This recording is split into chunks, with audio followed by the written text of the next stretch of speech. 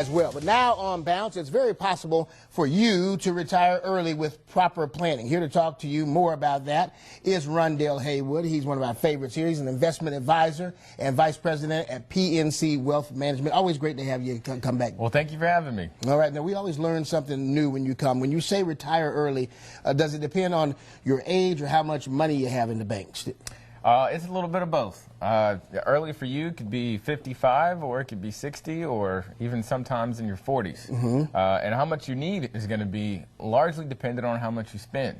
For those of us that have small budgets and shop at cheaper stores and eat ramen noodles, right? Yes, it won't take much to retire early. Yes. But if you've got a caviar budget, then you might need to save a little more. I got you. All right, now let's just go over the steps in your plan. Then let's lay it all out for everybody. Okay. Well, just like any good coach will tell you, the first step to offense is a good defense. So here we're talking about insurance. I've got an easy little acronym I want you to remember. DLP. DLP. DLP. Disability insurance, life insurance, and property and casualty. That's going to keep the bad things at bay from ruining a financial plan while you're trying to save. Okay. The last thing to consider, on the insurance side of it, if you're retiring early, remember you're going to have up to maybe 10 years before you can get to Medicare, so you're going to need health care, which usually jobs provide after you retire, let's say 55, between that and 65. I got you. Okay. All right. So, all right, that's number one. That's number one. The second thing to think about is that we've got to start getting control of our spending, and we've got to do it early, okay? This is an exceptional thing. Retiring early is not for everybody. It's not something you can just sort of laissez-faire walk into. You've got to be intentional, and you really have to want to. Right. So this means turning away from those deals at Costco when you're just there for bread.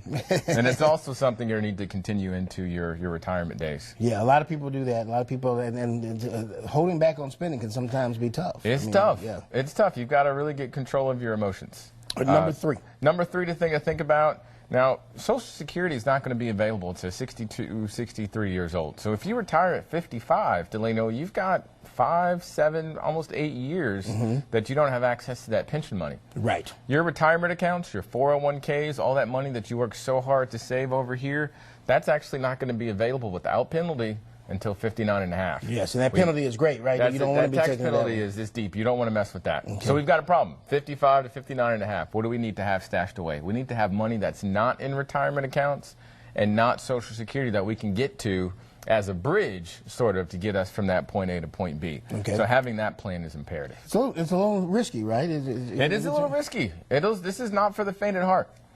Number four, my favorite. You've got to save early, and you've got to save till it hurts. Right. I'm always talking about save till it hurts. Yes. Time is your ally. Why do you have to start now? Well, I brought my buddy Uncle Ben back. You can see that right there. You remember Uncle Ben, right? We love Uncle Ben. Some of us don't see him that often, but I brought him out for this special occasion.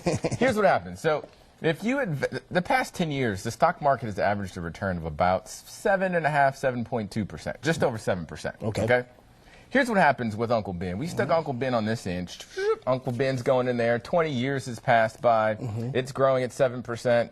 Is that a big number? No, not really. But look what happens to Uncle Ben at the end of that 7 years. He comes out this side, but only check it out. He's got 3 of his friends with him now. That $100, never added to again, over 20-year period, growing just over 7%, turns $100 into 4. Much safer than the stock market to us. No, this is the stock market. I'm saying investing in the stock market, roughly, as an example. Of course, returns aren't guaranteed. That's something to think about. It is risk. You mentioned that already. If you like guaranteed returns, you're going to have to save a whole lot more and wait a whole lot longer. Okay. Last thing is get control of your emotions. We've talked about this before. Spending is emotional. This money thing is behavioral, largely.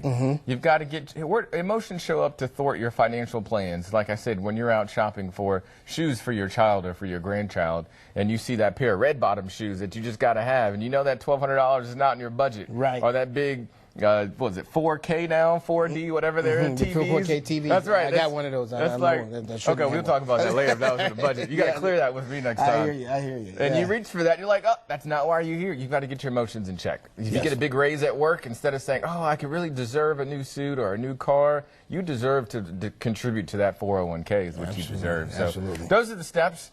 Again, not for the faint of heart. You have to be intentional, and you have to want to if this is something that's important to you. All right, be smart, right? Be smart about it, absolutely. Well, always good to see you, Rhondale. For more information on PNC Wealth Management, log on to WBTV.com. Look in the web extra section right there on the homepage. Thanks for being here, and we appreciate you. You always drop the knowledge. We appreciate it. I'm trying. All right, well, good deal. Let's get back to our Sound Off Charlotte topic.